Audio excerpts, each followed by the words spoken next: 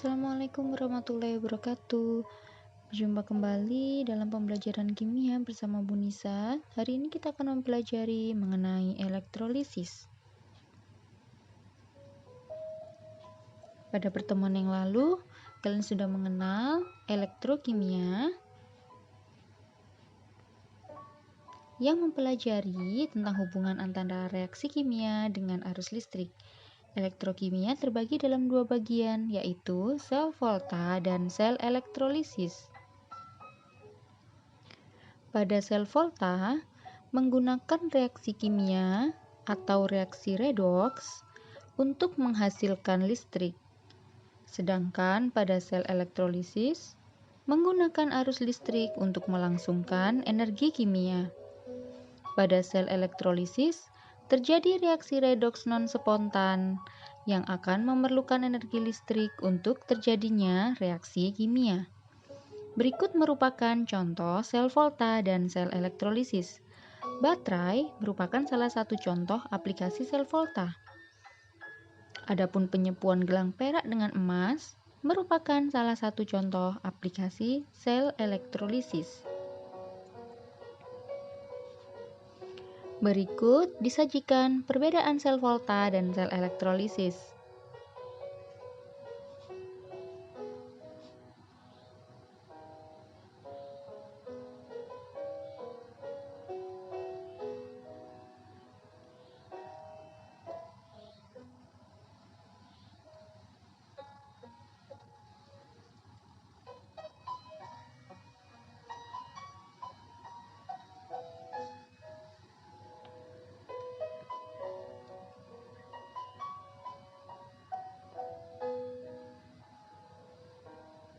Kita fokuskan pembahasan hari ini pada sel elektrolisis.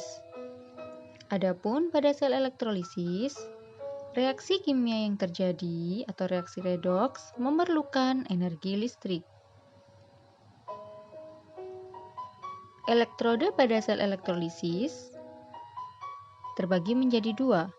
Katode yang merupakan kutub negatif, yaitu tempat terjadinya reaksi reduksi, dan anode yang merupakan kutub positif, di mana merupakan tempat terjadinya reaksi oksidasi. Pada elektrolisis larutan, unsur-unsur yang terlibat dalam reaksi adalah kation, anion, pelarut atau air, dan elektrodenya. Sedangkan pada elektrolisis leburan atau lelehan atau cairan, unsur-unsur yang terlibat dalam reaksi adalah kation, anion, dan elektrodenya. Berikut merupakan skema reaksi-reaksi elektrolisis larutan yang terjadi di katode maupun terjadi di anode.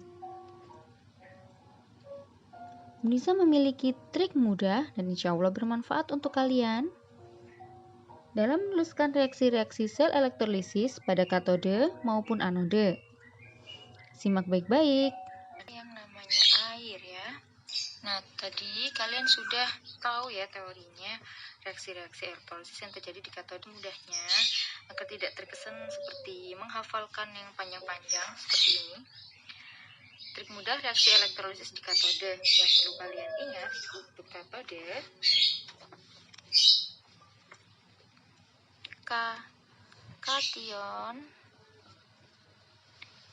Kationnya ada di depan. Untuk yang sudah kalian ingat kemarin bahwa elektrolisis kita ada satu kata singkatannya karmin elek, yang berarti katoda tempat terjadinya reaksi reduksi. Muatannya adalah minus pada reaksi elektrolisis. Nah, untuk trik mudahnya menentukan reaksi elektrolisis di katode, kita bisa gunakan deret volta.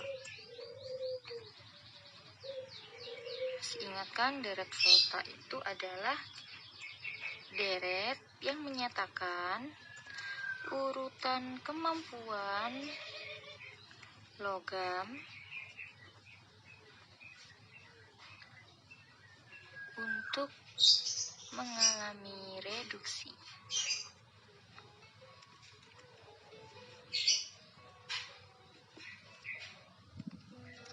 Nah, ini dia deret voltanya. Nah, untuk mempersingkat sesuai aturan pengecualian untuk di golongan 1A, 2A, AL, dan MN yang tidak mengalami reduksi, bisa kita singkat ini LI, K, BA, NA, itu kan golongan 1A. Untuk CA dan MG adalah NA, itu kan golongan 1A. Untuk CA dan MG adalah golongan 2A. Untuk deret yang ini bisa kita singkat. Kita tulis saja 1A, 2A. Kemudian ada AL, MN. Nah, di sini ada H2O. Nah, kemudian kita cari posisi H. H ada di sebelah kanan. Nah, kalian tentu masih ingat bahwa semakin ke kanan untuk deret volta, artinya adalah E0 selnya semakin besar.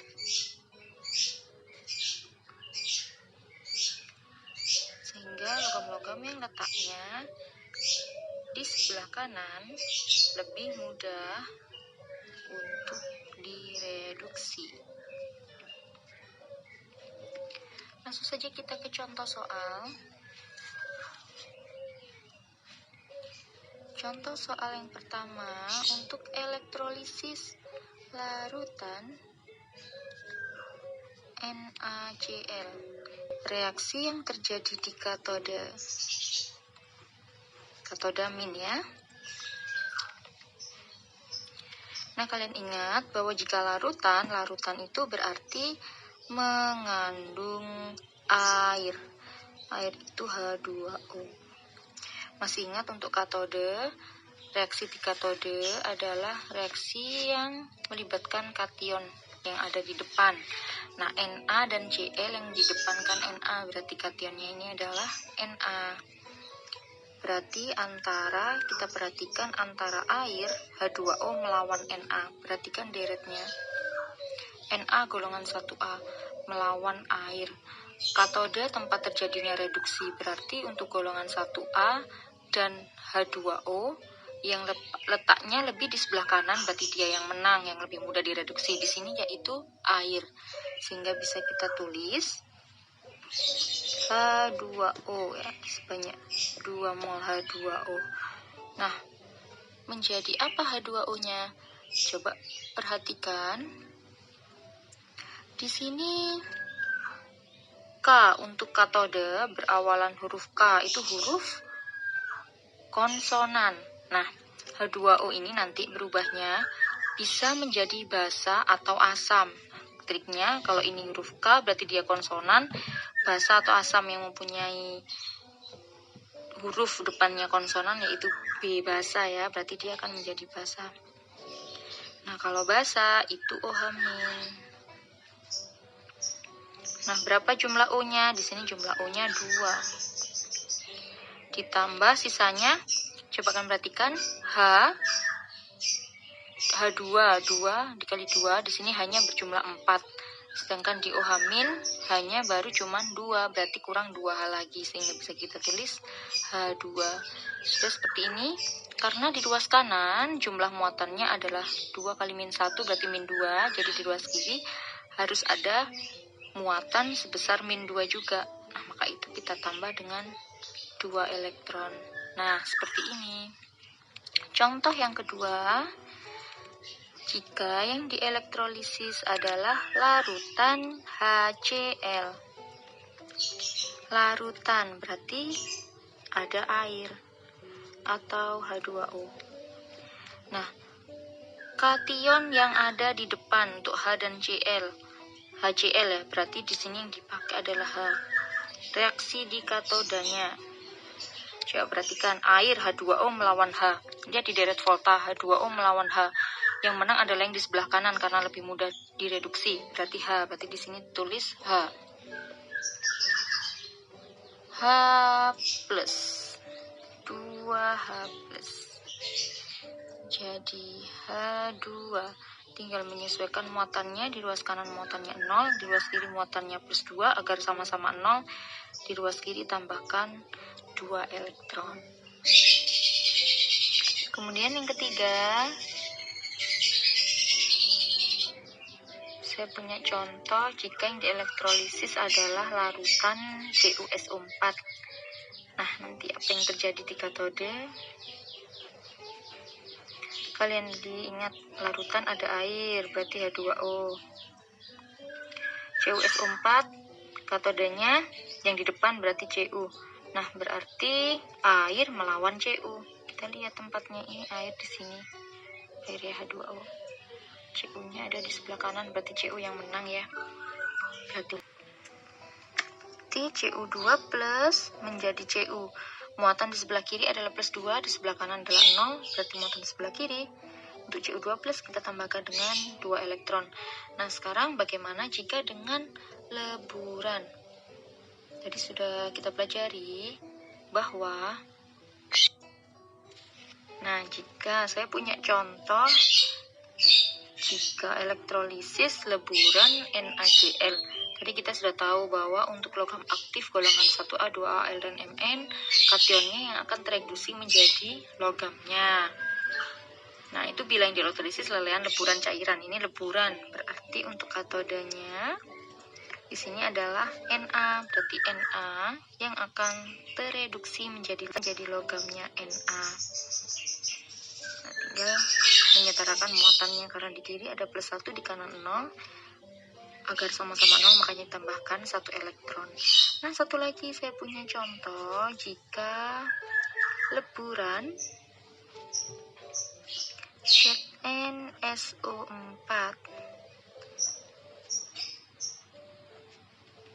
Untuk reaksi yang terjadi di katode, yang masih tetap logamnya, di sini ZnSO4 katode, ingat tadi kation di depan, yang di depan adalah Zn. Berarti Zn yang mengalami reduksi. 2 plus muatannya di kiri, di kanan 0. Agar sama-sama 0, maka di kiri ditambahkan dengan 2 elektron. Baiklah, itu contoh trik mudah reaksi elektrolisis yang terjadi di katode. Nah, untuk reaksi elektrolisis yang terjadi di anode. Tadi kalau katode itu di depan ya, berarti anode itu adalah yang ada di belakang.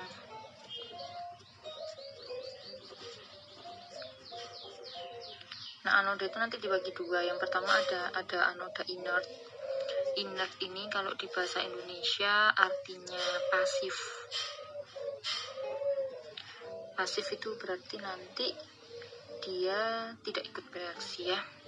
Yang termasuk anoda inert di sini ada 3, yaitu PT, C, dan AU. Nah, untuk anoda inert sendiri nanti dibagi menjadi 3 reaksinya yang menggunakan anoda inert. Yang pertama, jika anionnya berupa sisa asam oksi. Nah, sisa asam oksi itu contohnya misal SO4 2-min. Nah, kok tahu dari mana itu kok dinamakan sisa asam oksi? Begini ya, asam oksi itu artinya adalah asam yang mengandung oksigen. Nah, jadi kalau sisa asam oksi itu berarti sisa asamnya yang memiliki oksigen. SO4 2-min ini kan dari H2SO4 asamnya. Nah, asamnya dihilangkan, tinggal sisanya yaitu SO4 2-min ini. Jika saya punya contoh lagi, misalnya asamnya H2CO3. Nah, berarti sisa asam oksinya CO3 2-min. Satu lagi, misalkan asamnya H3PO4. Nah, berarti di sini sisa asam oksinya adalah PO4 3-min. Nah, ini jika anionnya berupa sisa asam oksi, misalnya SO4 2-min, CO3 2-min, dan PO4 3-min. Ini yang teroksidasi nanti adalah air ya, atau H2O. Saya tuliskan di sini H2O. Nah, tadi kalian masih ingat triknya? Trik yang pertama tadi di katode, ini di anode. Anode atau anion. Anode itu diawali dengan huruf A. Huruf A yang merupakan vokal. Jadi H2O-nya nanti menjadi vokal juga, yaitu menjadi asam. Asam itu H+. Sebanyak berapa? Hanya H+-nya, ini H di sebelah kiri sebanyak 4, berarti ini 4 H+. Nah, kemudian ini sudah ada H, kemudian masih kurang O ya. O-nya sebanyak 2, berarti dia O2. Tinggal menyetarakan muatannya. Di ruas kiri muatannya 0, di ruas kanan muatannya ini 4 dikali plus 1 plus 4 ya, agar sama-sama 0, maka ditambah 4 elektron. Nah, ini nanti yang perlu diperhatikan. Saya berikan di kotak. Nah, oke. Ini untuk anionnya berupa sisa asam oksi. Sekarang untuk anion yang kedua. Jika anionnya berupa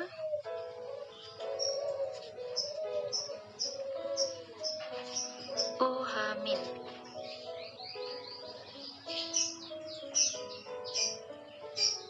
OH-, kalau OH- itu sebanyak 4 mol. Oke, jangan lupa tadi anode ya, ini reaksi yang terjadi di anode ya. Maaf, tadi lupa reaksi yang terjadi di anode.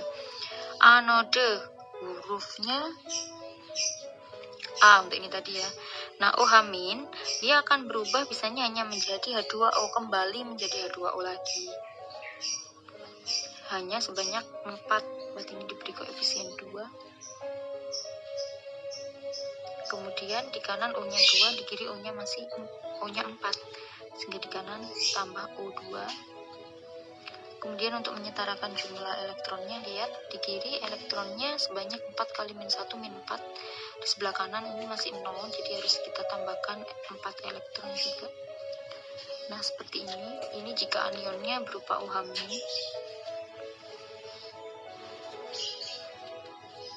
Nah, yang berikutnya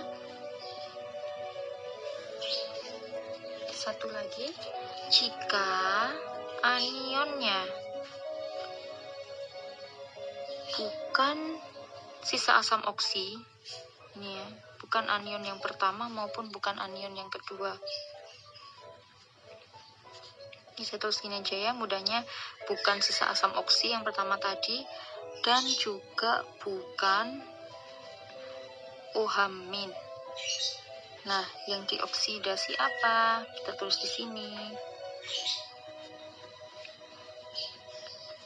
Yang dioksidasi adalah anion itu sendiri.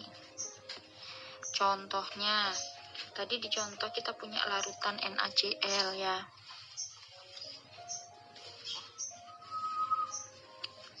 Contoh, misalkan di sini elektrolisis larutan NaCl. Tadi untuk katodanya tadi yang di depan sudah kita bahas. Sekarang anodanya berarti untuk Cl. Dioksidasi adalah anion itu sendiri, tinggal tulis saja reaksinya. Cl yang dioksidasi itu Cl- menjadi Cl2. Ini Cl-nya ada 2, di kiri masih 1, diberi koefisien 2 elektron. Nah, seperti ini terjadinya reaksi di anode jika menggunakan anoda inert. Sekarang yang kedua, jika reaksi pada sel elektrolisis tersebut menggunakan anode aktif.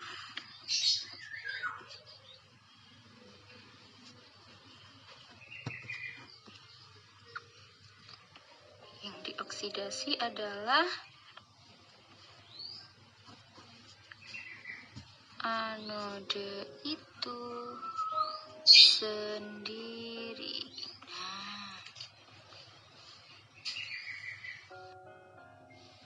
Jadi yang termasuk anode aktif itu ya, selain yang inert, berarti selain PT, C sama AU. Nah, misalkan saya punya contoh untuk elektrolisis larutan ZnSO4 menggunakan atau dengan anode Ag. Nah, Ag ini kan tidak termasuk inert yang PTCAU ya, sehingga langsung saja kita tulis, berarti yang reaksi yang terjadi di anodenya adalah Ag oksidasi menjadi Ag+. Untuk menyetarakan jumlah muatannya berarti plus 1 elektron. Nah, seperti itu. Nah, sekarang saya ingin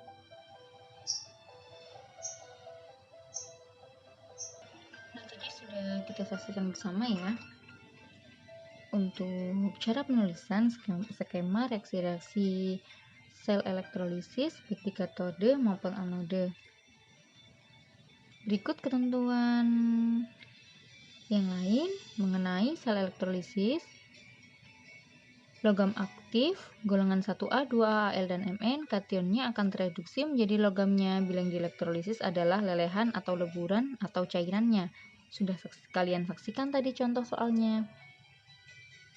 Kemudian, pada pelapisan atau penyepuan logam yang digunakan sebagai anode adalah logam pelapis. Nah, berikutnya yaitu contoh susunan sel elektrolisis. Di sini diberikan contoh reaksi yang terjadi adalah elektrolisis larutan NaCl. Langkah pertama, kalian ionisasikan dulu NaCl menjadi ionnya yaitu Na+ dan Cl-.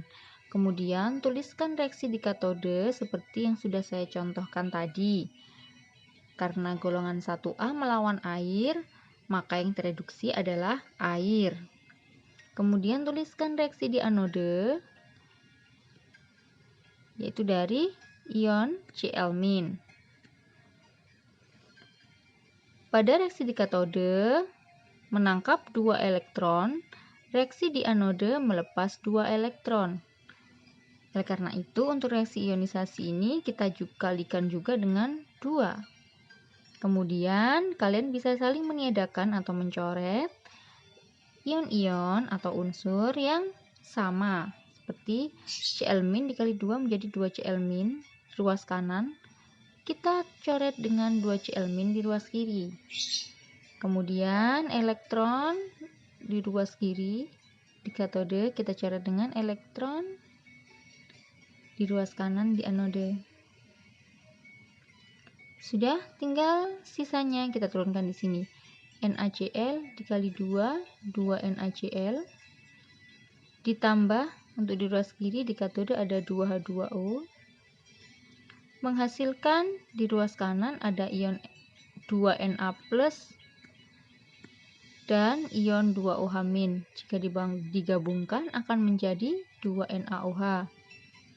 Kemudian di ruas kanan ada H2, kita tuliskan. Kemudian ada Cl2, kita tuliskan. Nah, demikian pembahasan sel elektrolisis. Pada pembahasan selanjutnya akan kita saksikan pembahasan materi mengenai hukum Faraday. Semoga mudah dipahami dan bermanfaat untuk kalian. Wassalamualaikum warahmatullahi wabarakatuh.